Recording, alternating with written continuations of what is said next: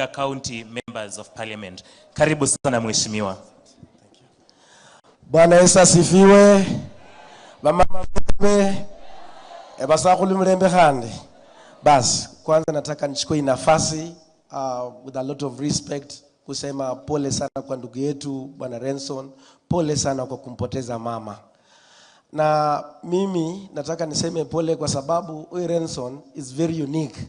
Kama kuna kiongozi ambaye ako very unique ambaye sijai mujua tangu kwa Waluya wote ni huyu Renson huyu. Renson nimekuwa nikiongeanga naye na muitanga tu Renson. Siku moja juzi nitakushika siku moja na nitaka tu Renson. So that is the moment I realized that yes, hey, mtu ni mkubwa.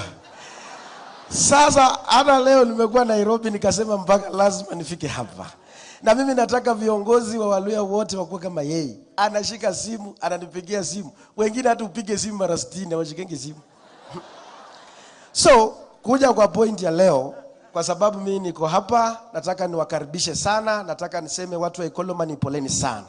Na pia nataka nishukuru Mheshimiwa Musalia Mudavadi, our speaker of my boss in the parliament. Asanteni sana na governor wangu Fernandez Baraza. Asante kwa kuja kusimama na kiongozi, governor wa Nairobi. Tumeona CS wote wako hapa na wasalute kabisa, and thank you for coming to stand with our big brother. Yangu tu ni moja, na hii nataka niendee kwa president wetu wa Kenya. Nataka nishukuru sana president wa Kenya. Sinasema hivi kwa sababu na mambo yetu ya Mumias venye alitusaidia. Nilipigwa kwa hii maneno ya Mumias kwa sababu ya msimamo wangu. Nilipigwa na nikafinywa, lakini wakati alikuja mazee maneno imenyoroka. Izana Mumias kwa lekasi. Sasa mwambie president ya kwamba Mheshimiwa Peter Salasya mwenye anajulikana Kenya yote mzima amesema asante. So mwambie nimeshukuru sana, na mimi nataka niombe our judiciary yetu ambayo iko hapa na ambayo judiciary yote iko hapa. Saizi tuko na mambo ambayo iko katika kotini ambayo inataka tukue na ile kitengo ya dispute resolution, ambayo kabla kama tumeona hao watu wote wameshindwa kuelewana, tukue na ile kitengo ambayo tunaweza weka watu wote pamoja na waelewane na watoe msimamo ambayo inaenda mbele. Na hii ndio inafanya kuna kesi ambazo ziko muhimu kama hii Mumias hii ilikuwa saa hii imeandika sasa watu wengi sana. Lakini kwa sababu ya cartels walikuwa natusumbua huku na kule, but pia nashukuru pia court na pia president kwa kusimama na sisi. Mwisho pia nataka niseme kwa sababu mimi ni member of the Committee of Agriculture. Na najua wengi wanajiuliza nini ambayo ina happen pale.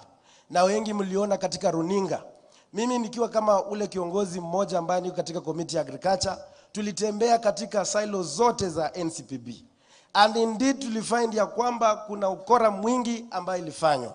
Tukapata mbolea udongo, tukapata ile ukateli yote ilikuwa pale. Lakini kitu ya kushangaza ya kwamba hata juzi wakati tulikuwa kule katika bunge as members tulianza kususpect members wengine ya kwamba watakuwa sell out, and imagine tumeanza kuona maneno kwa Twitter, kwa mtandao wanasema tumelipwa milioni 5. Mimi nataka niombe speaker ya kwamba uliturai ya kwamba tupitishe wale committee members ambao walikuwa pale.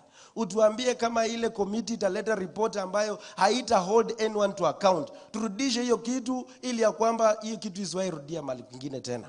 Ili ya kwamba tusaidie president adeliver his manifesto ya bottom up.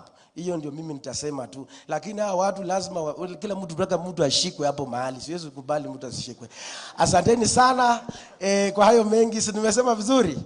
Bwana Renson, my party leader pia Bwana Eugene Wamalwa amesema amenituma na mchango yake, na pia na yangu pia tunaleta simu yako imejaa hata pesa haizi ingia. Sasa nitaleta yangu baadaye. Asanteni sana na Mungu awabariki. Huyo ndiye mbunge wa Mumias Mashariki, Mheshimiwa Peter Kalerwa Salasya. Tunyamaze, tuwe watulivu, tuendelee.